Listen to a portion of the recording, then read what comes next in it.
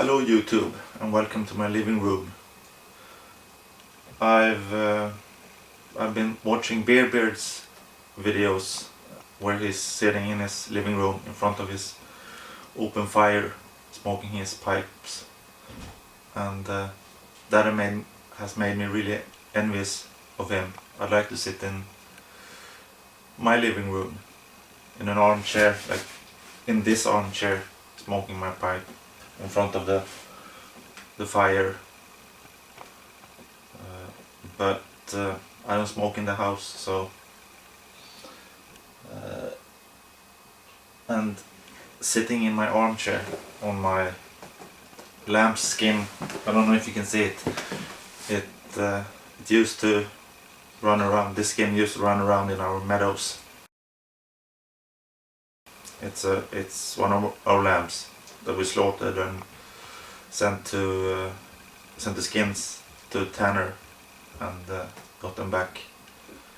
And we're not having any lambs this year, but when we do, we'll do the same thing.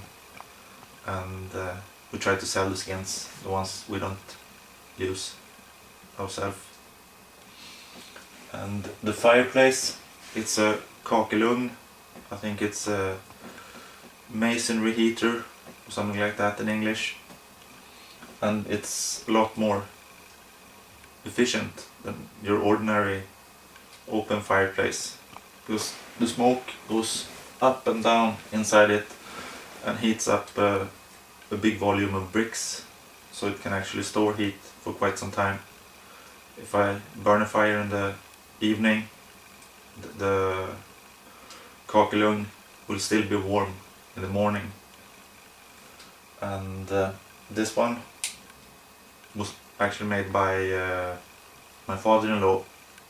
He used to make them professionally, so he made one for this house. He made the tiles himself, and he put up the bricks that are beneath it. So I am really grateful to him for that. And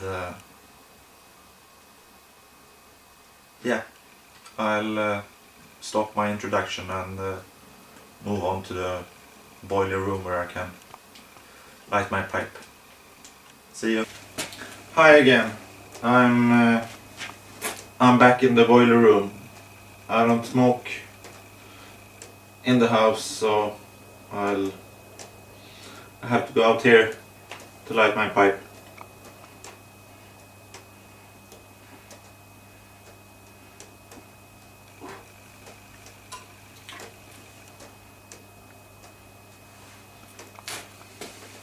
I've talked quite a lot, or quite often, about the time I've spent in Ireland and on the farm there.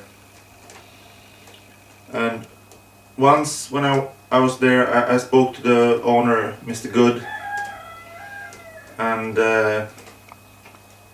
he showed me his barn that was full with hay. This was a dairy farm, so they needed quite a lot of hay, and it was before silage.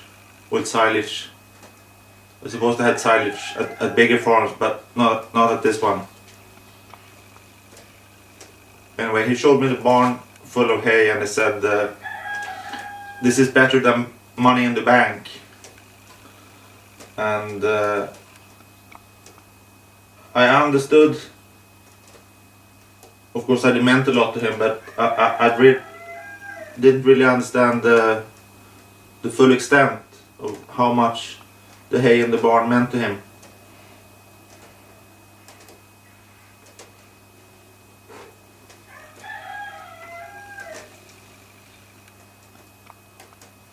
But now I store hay here on our farm. We don't cut the grass ourselves and make hay, but we buy it and we store it for our animals. And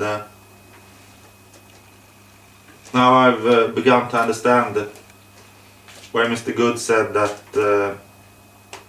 a barn full of hay was better than money in the bank. because there's a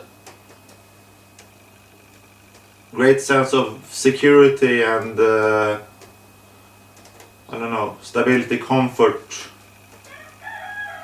even some sort of fulfillment when you've got all the hay stacked and you know that you've got enough to feed the animals.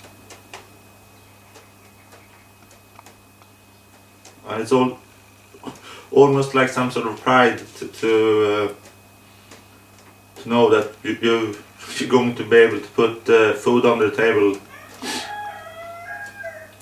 But the big feeling is that of security and knowing that I don't know, you've got feed for a long time. And yeah, you might wonder why I ramble about hay in sheds, but I've realized that I think the same way when it comes to tobacco. To me, it's not that important to have many different kinds of tobacco, different blends. It's more important to have not have a lot, but to have my jars full and know that I've got enough tobacco of each blend to last me quite a long time. And I also take some sort of comfort in the tobacco I've got in tins. Just going over it and saying I've got 2 tins of each tobacco, and knowing that when I finish the first tin and it's a tobacco that I like, I have the second one waiting for me. I don't know why it's important to me, but for some reason it is. And this affects the way I smoke, or at least the way I choose the tobacco I put in my pipe.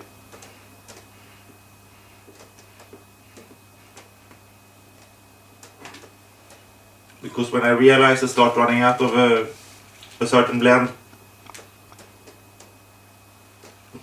I get reluctant to smoke it until I've made sure that I have restocked my supplies. It's like I really want to avoid totally running out of that special blend. And that means I tend to get many jars with a little very dry tobacco on the bottom that I just can't bring myself to finish. So I'm saving it until I have restocked. And I'm not sure that's getting the best out of the tobacco, but that's the way I work. And that's why I'm smoking a very dry Mick McQuaid plug today. This is the last of my first pouch of Mick McQuaid.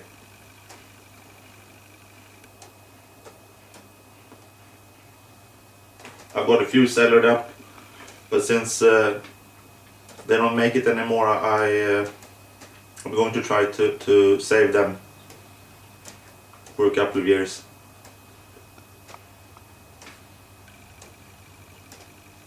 yeah, that was